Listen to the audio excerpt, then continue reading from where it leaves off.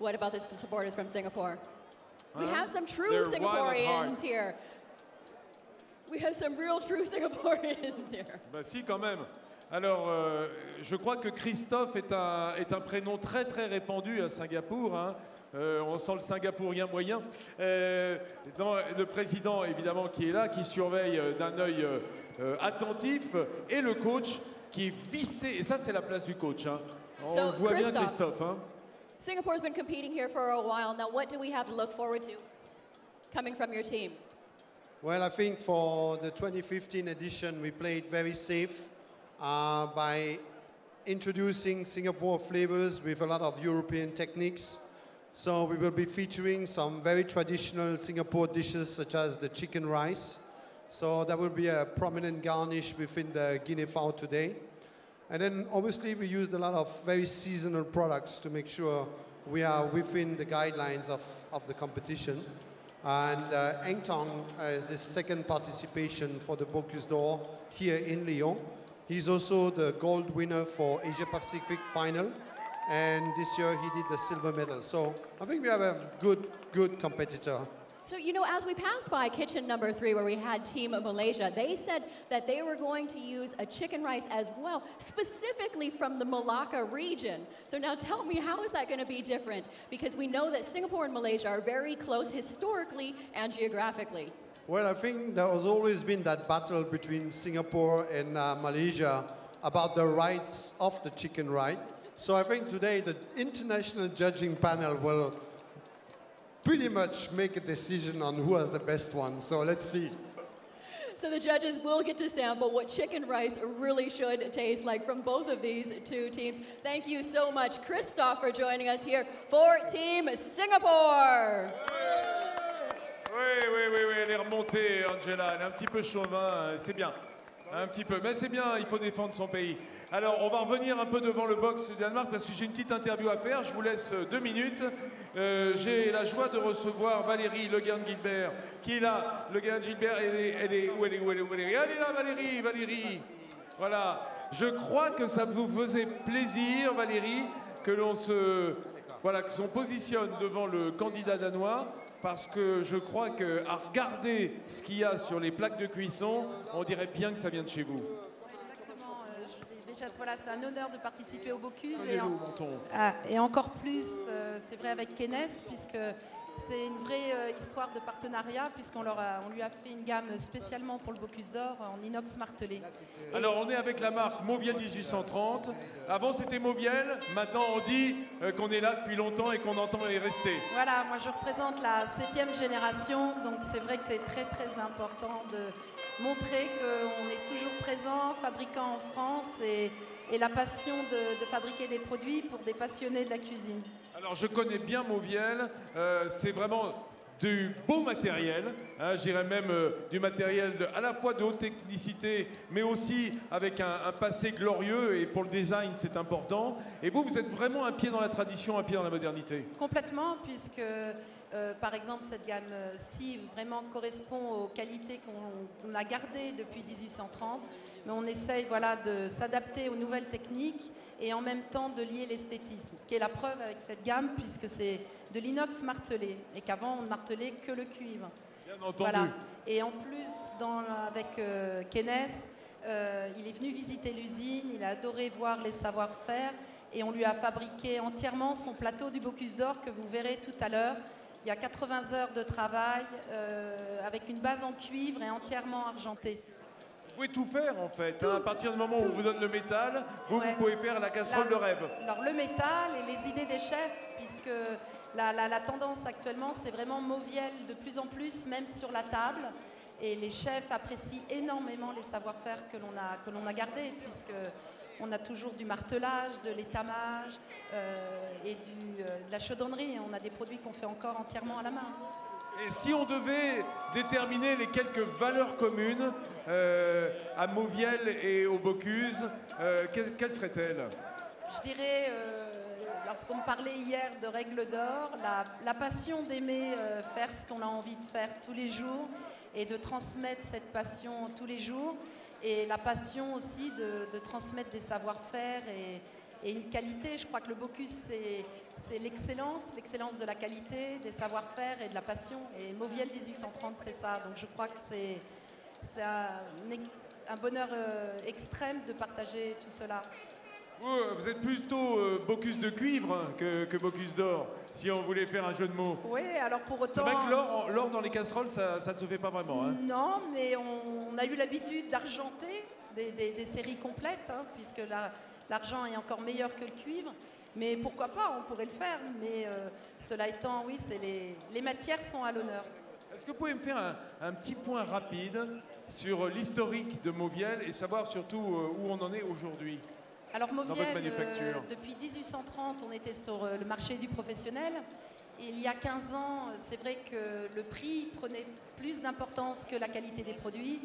Avec mon père, on n'a pas voulu ne plus être fabricant et conserver la qualité. Donc c'est vrai qu'on s'est tourné sur le marché du grand public qui est désireux de produits de qualité professionnelle. Donc en 15 ans, on a basculé totalement notre chiffre sur le grand public. Mais ce qui est passionnant depuis 2 ans, c'est de voir que dans le monde entier, les chefs reviennent sur la qualité, sur la technicité et même sur des savoir-faire, puisqu'on a pratiquement un chef par semaine qui vient visiter l'usine.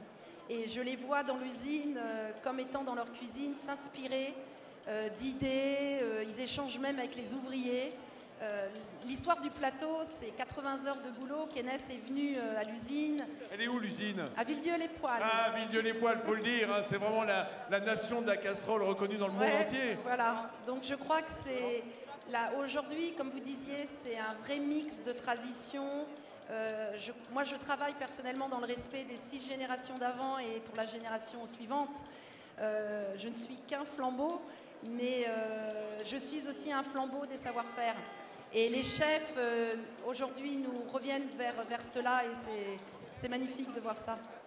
Merci beaucoup, Merci parce que Mauviel, c'est vraiment l'excellence à la française en matière de belle vaisselle, de cuisine, de belles casseroles. Et on est content de vous avoir avec nous. J'espère qu'on se reverra toute la journée. Beaucoup. Voilà, merci à Mauviel 1830.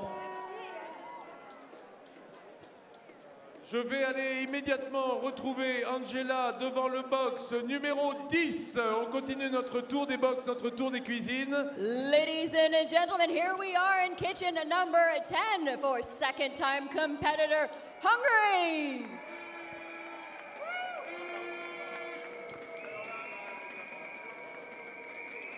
Get dressed, Vincent. It's adorable. Put on your horns. Here we have Gabor Molnar.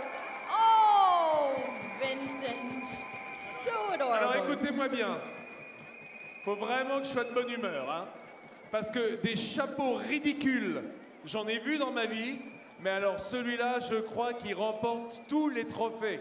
Mais comme le ridicule ne tue pas, je vais rester vivant. I never saw a hat so ridiculous. I think that it looks charming. You look amazing in this. I think that you should perhaps wear it for the rest of the day. There's something very important in France. It's self-derision. Voilà. So but look at what they've done to you. Look in the stands. They are all wearing cute hats, and they've only put you in this furry hat. Okay. Please Are do you a gonna? picture. Okay, Vincent. Can we release that on Twitter then? Hashtag the Cousteau with it. No, only for you. Ok. Alors, ce candidat, je me tourne, voilà le Gabor Molnar et Adam Ponner qui sont en train... Il est en train d'aplatir ses filets de truite, Régis, on dirait, le candidat. Wait 1 second. So yesterday when we spoke to the ex-president of Hungary, he said that they had brought with them some type of innovation that they were going to use in their dishes. He didn't elaborate, he didn't explain how his new technology was going to be innovative for the food culture. Where is the translator here for Hungary? Can you help me ask the coach, what is the innovation that the team brought with us that we're going to be seeing here for Team Hungary? What is that? Do you know? Is this in English? I'll read it then. Okay, so what this innovative is unresistible creativity. Okay, you want to do it in French? Yeah. This doesn't say much. D'accord. Je le dis en français ou en anglais? Ah bah oui, alors, maintenant qu'on y est. D'accord. Donc, comme il y a 2 ans, on est arrivé avec une innovation qui était le Rubik's Cube. Maintenant, on voulait aussi montrer quelque chose que la Hongrie aussi est très, très partante pour innover, mais aussi on respecte la tradition et l'histoire. C'est pour cela qu'on l'a préparé à droite un petit peu un petit panier de l'histoire aussi de pickles. Après, ce qu'on voit au milieu, c'est le présent aussi, les garçons, l'équipe qui travaille beaucoup pour qu'on puisse avancer. Et à gauche, alors, c'est une innovation qui est nommée comme Gumboot. Et alors, c'était une innovation à la base des mathématiques, très, très important, calcul. Et l'important, c'est alors le mouvement, mais aussi qu'il y a un seul point de balance. Donc, ça veut dire que même si on bouge toujours, quand on le lance, on trouve toujours l'équilibre. On retrouve l'équilibre et l'axe. Voilà, merci mademoiselle, merci de nous donner cet axe de la cuisine hongroise. I'd like to say, Yes. being in front of Hungary makes me very hungry. You're so punny today. Oh. The past 2 days was a day of song. Today will be a day of pun. Maybe you can dance Voilà, a little jig avec, and a limerick later. Gabor qui est en train de préparer ses filets de truite Fario. Toujours des préparations très minutieuses dans les box. On va voir toutes les formes et là on a une forme un peu spécifique puisque le poisson va être farci, on va mettre sur les bords pour reproduire la forme d'une truite avec une petite farce avec quelques crayfish avec de l'écrevisse ou du tourteau, je ne sais plus ce qu'il va mettre, je vous ai expliqué tout à l'heure. Et surtout la viande, comme le disait tout à l'heure Vincent, à base de paprika, comme un goulash, on va servir avec du consommé. Ça promet un plat très intéressant là, pour le plat de la Hongrie. Alors bien sûr, ce qui est important dans la truite, c'est la cuisson. Et là, l'importance d'avoir des fours convothermes, parce qu'on arrive avec les fours convothermes à cuire à la vapeur à une précision basse température. Parce que souvent, la vapeur, généralement, c'est à 80-85 degrés. Et on arrive avec ce genre de four à descendre la vapeur à 65, voire 60 degrés. Et pour ce genre de poisson, c'est formidable parce qu'on a quand même une chair qui est beaucoup plus moelleuse. Et on arrive à une précision de cuisson formidable.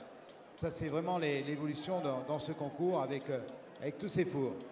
Vas-y, parle, je vais faire un selfie. Allons-y, vas-y. Ça, c'est toute l'évolution avec ce concours. Je suis trop fier, Régis. T'es gentil. Voilà, donc là, c'était tout le travail du Hongrois qui s'active, bien entendu. Alors, on remarque qu'ils font toujours 1 ou 2 garnitures en plus au cas où il y a un incident. On a toujours la possibilité de récupérer une garniture ou un poisson qui Remplacement de dernière minute. Voilà. Merci Régis, on va progresser vers le box suivant. Nous allons découvrir ensemble, si vous le voulez bien, le box numéro 11, le box de Pays-Bas. Ladies and gentlemen, here we are at kitchen number 11 for Netherlands. We have with us competing Jan Smink. Are you feeling a little cold? No, I like it's, your little hat. it's my new hairdress. Orange is your color. I, on the other hand, don't think that orange is my color. You like my red hair? Oh, yes, like Pippi Longstockings. So, Netherlands has actually placed on the podium before. They've had a winner for the Bocuse d'Or bronze in 1991. So we're looking forward to seeing what the Netherlands can produce for us. Ah bah bien sûr, oui. So here we have with us the ambassador from the Netherlands. Nous avons la chance d'avoir Let's have a dans round l'équipe of applause. des Pays-Bas son Excellence l'ambassadeur des Pays-Bas en France. Ça fait plaisir de poser avec vous, Excellence. C'est un honneur et je souhaite bonne chance à toutes les équipes, mais y compris notamment les Pays-Bas. Allez, les Pays-Bas! Ah, ils sont très remontés effectivement là-haut dans les gradins, nos amis néerlandais, parce que le travail de Jan Smink est en train de se passer, mais c'est un petit peu caché, c'est un petit peu à l'arrière. On ne découvre pas tellement devant ce qui se passe. Je crois qu'ils sont tous cachés derrière le four combotherme pour envoyer au dernier moment ce plat mystérieux qu'on va avoir. Est-ce que vous avez goûté déjà, Excellence? Pas encore, mais il y a une découverte à faire. Nous le ferions ensemble et sans doute ça fait flamber vos papilles gourmandes. Donc, ça sera... Flamber carrément, ça va flamber les papilles. Tout à fait. Eh ben, je vous remercie, Excellence. Eh ben, alors là, j'attends avec impatience. Angela, merci beaucoup. Alors, Thank you so much, Ambassador. on est maintenant, on a passé le box numéro 11 et nous voici arrivés devant le dernier box de cet espace scénique ici, Bocuse d'Or 15e édition. J'ai envie de vous présenter au box numéro 12 Dong Ki Kim et Hyun Jun-Chu pour la Corée du Sud. Ladies and gentlemen, here we are in kitchen number 12, the last competitor of the day. For South Korea, we have Dong Ki Kim. So, where are the South Korean? Ah oui, oui quand même, oui. Very small contingent, hello, welcome. They've competed here at the Bocuse d'Or only 2 times. They've never stepped on the podium. We've only had 2 Asian nations ever step on the podium. So we're looking forward to seeing what South Korea is going to bring to the plate today. Voilà, donc nous sommes dans le dernier stand de la Corée du Sud avec la confection de la truite. La truite est marinée avec de la nette, un peu d'huile d'olive, et ce poisson sera cuit tel quel à 53 degrés. On aura vraiment une finesse de chair formidable, et parfumé avec la citronnelle, les champignons. Et il faut rappeler que le légume mystère cette année a été choisi hier soir, c'est le fenouil. Les candidats ont l'obligation de mettre le fenouil dans cette recette, sous quelque forme que ce soit. Et ce qui est important, c'est que ce fenouil ne se retrouve pas là par hasard. Simplement, il doit être vraiment en harmonie avec ce plat, soit dans la sauce, soit sous forme croustillante, soit sous forme de légumes. Et l'équipe de Corée a choisi de faire une gelée à base de fenouil pour entourer le poisson. A servi aussi avec des pommes de terre au safran, farcies de ratatouille. Encore un plat coloré. Nos amis de Corée du Sud nous promettent un plat assez sympathique. Alors, dans la pintade Guinea Fowl, pareil aussi, elle va être enrobée d'une croûte de champignons et de pommes séchées, mélangées avec un petit peu de romarin. C'est une tradition chez eux, ce crumble, servi avec un consommé en gelée d'agar-agar à base de tomates. Et on retrouve une purée de pommes de fruits avec du butternut. La carotte sera mise en valeur avec le basilic et le parmesan sous un biscuit de cannelle. La cuisse farcie avec une rillette, avec un peu de cochon, champignons, une duxelle de champignons, servie avec des croquettes de pommes de terre et du parmesan également, avec une sauce hollandaise. C'était le plat de la Corée du Sud. And that's what we can look forward to seeing coming out of kitchen number 12 for South Korea. Who have you found there, Vincent? Angela found somebody very important here on l'espace des Bocuse d'Or. J'ai trouvé un winner, figurez-vous. Mais t'es un winner, Michel Roth? Oui, j'ai eu la chance de gagner le Bocuse d'Or, comme Régis et comme beaucoup d'autres, en 1991. Et bonjour à tous, je suis très heureux d'être là. Et Guillaume, c'est un winner aussi? Ah oui, c'est un winner. Ouais, La Team France. Ah ouais, mais bon, c'est un winner quand même, mais ça on ne se refait pas. Alors, c'est important de dire un mot de la Winner Academy, enfin de la Winner, parce que la Bocuse d'Or Winner, c'est le club des lauréats du Bocuse d'Or. C'est ça, c'est le club des lauréats, c'est tous les podiums, donc nous sommes plus de 40 maintenant. On est un petit peu dans le monde entier et nous sommes là pour transmettre notre flambeau de la cuisine aux jeunes. Et justement, je voulais dire qu'on a le livre que vous avez pu voir, que nous avons fait avec Babylone, où nous avons participé à des micro-entreprises et tous les chefs ont donné une recette pour ce livre. Et il est sorti Chouette, marche ce livre vert. solidaire, Voilà. là, la cuisine solidaire. Voilà, donc ça c'est une belle cause. Et la dernière en date, c'est que nous avons, avec les talents gourmands, nous allons envoyer 3 jeunes filles dans d'autres pays, voir les chefs du Bocuse d'Or pour aller faire des stages de 4 mois. Voilà, tout ça pour les jeunes et on continue. Vous bougez, hein? On se bouge et on est fiers d'être avec vous, avec tous les candidats, toujours à côté. Donne ton micro à Guillaume, c'est une question à lui poser. Voilà, je lui donne. Alors Guillaume Gomez, Bonjour. qui est le cuisinier de la présidence. J'ai envie de dire, alors je connais bien le président d'une autre vie et je sais que c'est quelqu'un de gourmand par rapport au précédent. Et je voulais savoir si François Hollande portait un œil intéressé sur ce qui se passe ici à Lyon au Bocuse d'Or, à Alors, travers toi certainement. Alors tu sais que je n'ai pas le droit de parler de ce qui se passe au Palais de l'Élysée, Non, que je suis mais là, là c'est pour parler de de la la vie privée, là. compétition, mais bien évidemment que tout le monde, toute la France suit la compétition. On a la chance d'avoir une compétition internationale de ce niveau-là qui se déroule en France. Donc je sais que le ministre des Affaires étrangères s'est déplacé, Carole Delga, la ministre du Commerce extérieur, est venue également. Le Bocuse d'Or l'année dernière a été reçu par le président de la République au Palais de l'Élysée et donc bien évidemment oui, tout le pays est derrière.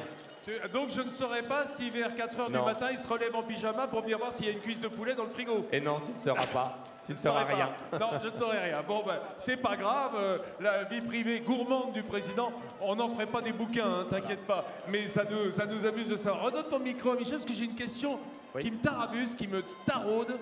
Mon cher Michel, cela fait la 2e année consécutive que tu as été élu le chef le plus sexy du monde. Ah bon, je Ouais, savais pas. tu savais pas? Ah non, non. Oh, bah tiens, bah, je te l'apprends. Alors, par un ensemble de chefs et de femmes qui t'ont décerné le prix du chef le plus sexy. Je voulais savoir quel est ton secret de beauté. Je pense qu'ils m'ont jamais vu de près. Hein. Ouais, t'inquiète, ils savent très bien ce qu'ils font. C'est quoi ton secret de beauté, Michel Roth? Bah, c'est acheter des bons produits, bien manger, bien cuisiner et surtout donner du bonheur à tout le monde. Donc on a la bonne humeur. Voilà le c'est ça. secret pour être sexy, il faut donner du bonheur. Merci Michel Roth de Merci. la Winners. On vous retrouve toute la journée. Guillaume, tu sais, moi je vais suivre son exemple. Hein. Je vais donner du bonheur, je suis très généreux. Merci. Régis, on a terminé le tour des box et on va maintenant... Voilà, il y a Angela qui est de l'autre côté de l'espace scénique. Angela, do you hear me? Angela? On va la retrouver, Angela, elle ne doit pas être très loin. Il y a des fragrances qui sortent des box, c'est incroyable parce que ça sent bon. Le romarin. Angela, do you hear me? Yes, I'm over here in front of kitchen number 7 with Denmark again. And so here we have with us a few people that we'd like to talk to about Denmark. So we have the president of Movial, Valerie, here with us to say a few words. Now, how has Movial been helping Team Denmark? In fact, Kenneth came to at the factory and he wanted to have special products, especially made for him and showing as well the excellence for cooking. So we did a hammering stainless steel line that you can see in the kitchen. And as well, we manufacture his tray that you will see this afternoon, 80 hours of working. 80 hours of working and craftsmanship has gone into the meat platter tray that we're going to see from Team Denmark. That's going to be super exciting. So that's going to probably be coming out at around 2 p.m., maybe like 2:05 later on today. So we look forward to seeing that. And now we also have the Minister of Food here from Denmark. Now, what does having a competitor here at the Bocuse d'Or mean to you? Well, as Minister for Food, obviously, I'm extremely proud of the Danish team and of the Danish followers here. I don't know, though, if they can shout louder than the Norwegians. I think they can. Jeg tænkte, om det danske hold kunne råbe lidt højere end nordmændene herovre. Now they heard you. So Denmark has a long-standing history here at the Bocuse d'Or. We're all very super excited. Now, what is it that you're looking forward to most seeing from this competitor here that's competing with us today? His fish or his meat dish? I think both the fish and the meat will be excellent. But obviously, Denmark being a country with a long, strong tradition of fishermen and cooking fish in many delicious ways, I'm sure that he will also excel in that. And Valerie, you're most excited to see the meat dish come out because that's 80 hours of craftsmanship finally being realized here on the Bocuse d'Or stage. Okay, thank you so much, and good luck to everyone, and good luck to Denmark.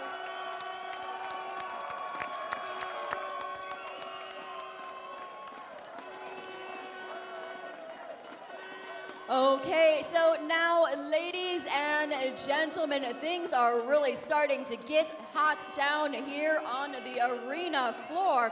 We are just going to be going off for a short while. Remember that at 12:30 exactly, we are bringing out our 24 panelists of tasting jury that are going to start tasting with the fish dishes coming out of kitchen number 1. The first dish of the day is going to come out at 1 p.m. and the meat platters are going to start coming out of the kitchens at 1:30 exactly. Remember, these teams started at 8 a.m. this morning and were released at 10-minute intervals. They all have exactly the same amount of time, which is 5 hours and 35 minutes, and they have the exact same kitchens and ingredients to work with. Remember, our mystery ingredient today for day 2 is fennel. So we're looking forward to seeing that because we've had some new changes for the Bocuse d'Or this year. And so we're going to be back with you all in a very short while. Regis, would you like to say a few words before we go and take a little break? Yeah. Non, maintenant on va se donner rendez-vous à midi et quart avec le jury dégustation poisson, le jury viande, pardon, le jury dégustation poisson. On vous donne rendez-vous. Donc la dégustation de la première assiette de la truite de l'équipe d'Allemagne qui est prévue vers 13h. Voilà. And we'll see you then. Vincent, where are you?